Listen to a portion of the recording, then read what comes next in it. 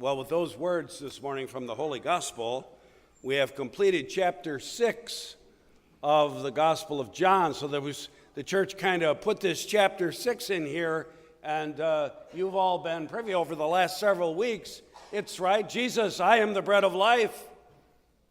I'm the bread that came down from heaven. Unless you eat my flesh and drink my blood, you have no life in you. And so that's where this end of chapter 6 starts. That's why they said, this saying is hard. Who can accept this? So these people had to make a decision, the listeners, us, about Christ. Now, in case you didn't, there's these readings this weekend are just packed full of stuff, right? So you got the letter to the Ephesians, and you're all waiting for me to say, yeah, okay, wives, let's be the old subordinate thing, right? And you're waiting for that, but guess what? You're not going to get it. That's not what I'm... Because I thought, that letter from Ephesians is beautiful. Husbands, love your wives as you love yourselves. How much clearer can it get to us? This is the great model of marriage. But anyway, before that, we still got to rewind. You got Joshua, this crazy Joshua, right? Moses and Joshua and all that, and they're out in the desert and 40 years, and they're wandering in the desert. And they finally come into these lands, the promised land, the Amorites, and the Amalekites, and all that long list of ites that are out there waiting for these Jews to come, the Hebrews. And that's where Joshua takes up the story here. Joshua must be looking out over the people, and he realizes something's not quite right here. So he calls them together, the Hebrews. There's a lot of them. I don't know if they all heard him, but they did, kind of like this. And he said to them, decide, my friends, today whom you shall serve. Decide today whom you shall serve. Those words are relevant to us this morning. For me, just parenthetically, I'm a believer, then I'm not sure I believe, then I believe, then I don't know if I believe, and I'm all over the map at times. Decide today whom you will serve. And then Yeshua says, as for me and mine, we will serve the Lord. Are we like that? Let's decide this morning, as for me and you and all of us here, you're the good ones. We're the good guys, I hope, please God. We will serve the Lord. What happened to those people was very interesting. You heard it said they realized that there were these tribes out there, and they had their own gods, small g, that they served. And those cultures started infiltrating the Hebrews, right? That's what happened. And Joshua realized that some of the people were being tricked into following these false gods. And it must have gotten pretty serious, for he called the general meeting, didn't he? And say, hey, we got to figure this out here, guys. Who are we going to follow here? Boy, it reminds me today of America. The gods, small g, right outside this door, right in Greenville, Appleton, are everywhere. What gods? What gods are we following? What gods am I following? And you know this story. If you come to St. Mary's, you've heard Father, you've heard me, we say this. You all say it to each other.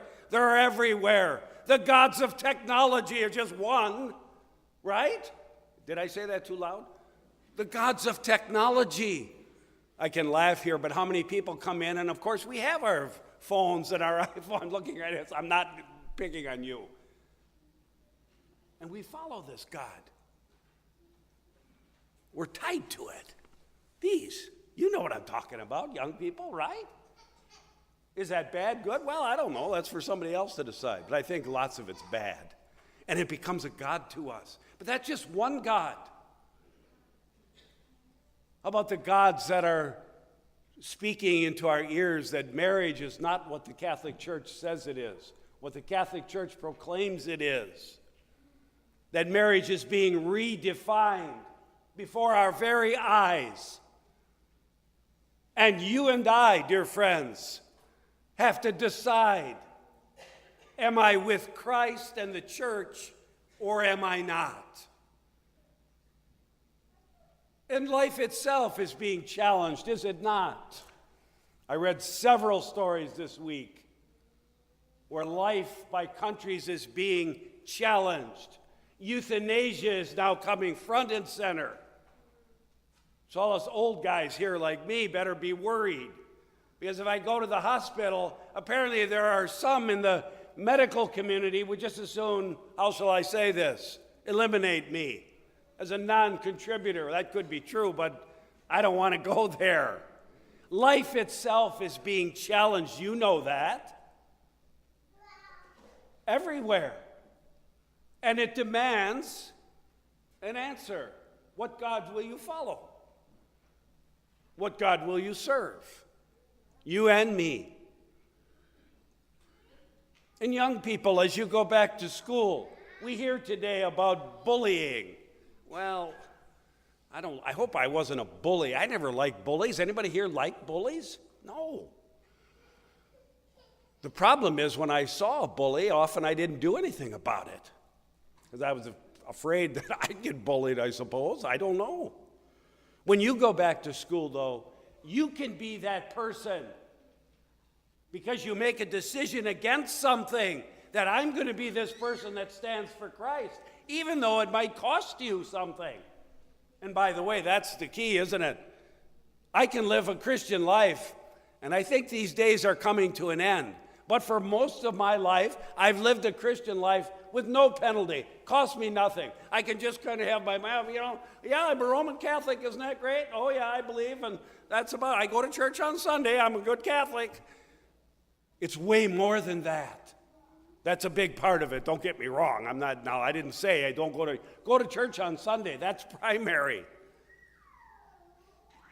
But as we leave here, we carry Christ with us. We carry a decision that we made to serve Christ. And that ought to cost us something. Did it cost Christ anything? Yeah. It did. It cost him his life. He gave it up, but it still was a cost to him. If there was another way to do it, he said at one point, I'd like to, but it cost him. And living the Christian life has to have a cost to it. The culture today no longer allows us to be willy-nilly here, on the fence, neither hot nor cold. It demands that we decide, which gods will you serve? Which gods will you serve? So then, what shall we do? Today's culture makes it very comfortable for us to not decide, to just live. Those of you that know me, just as me as an example, I get a little riled. Do I? A little bit, sometimes. And I've had people say to me, what in the heck are you so upset about? Can you imagine that? What are you so upset about, Deacon? It's perhaps my personality. I mean, we're all in this together. I'm upset because I see things that upset me. I don't think I respond properly at times. I get that. But nevertheless, they upset me. And they ought to upset all of us. Because there's a time where it said something is whispering in me. We've got to decide here. I can't just go to my grave and say, well, I don't know. Lord, I did my best. And he might say to me at the pearly gates, well, geez, DeYoung, did you ever say anything to anybody? Did you tell your kids? Did you decide for me? Did you actually give up something for me like I did for you? And what am I going to say, friends? What are we going to say? Well, I was pretty comfortable in America there, and we are comfortable, are we not? We are. And I can say, I don't know if I'm going to get away with it, say, well, I did my best. And he might say to me, I don't know, I'm not sure. Because there's things that you are put on the earth for, dear friends, that only you can do. You moms and dads, you are the people that have to inform your children about these decisions of life. And they might not like you for it. That's the bottom line. Or us at work. You might have to tell a coworker, well, I don't agree with this, or I take issue with that. They don't like it. That's what's happening to us. That's what we need to do. We need to decide to make a choice that we will follow the Lord or follow the gods of this culture.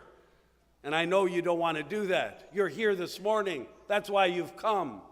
Jesus says in chapter 6 of the gospel, it points it out again, this Joshua moment where Joshua says to the people, decide. This is a Joshua moment for us this morning. When we come forward to receive the body and blood, the soul and divinity of Christ, we're deciding for Christ. It's a moment in our lives where it ought to change us to some degree. I get that. I don't know that I'm a totally different person, but I ought to go out renewed from here, that when moments come to me where I have to decide, I'm going to think about the Lord and what he did. I'm going to think about Holy Man. I'm going to think about a lot of things and decide then, finally and for all, please God, as for me and mine, we will serve the Lord.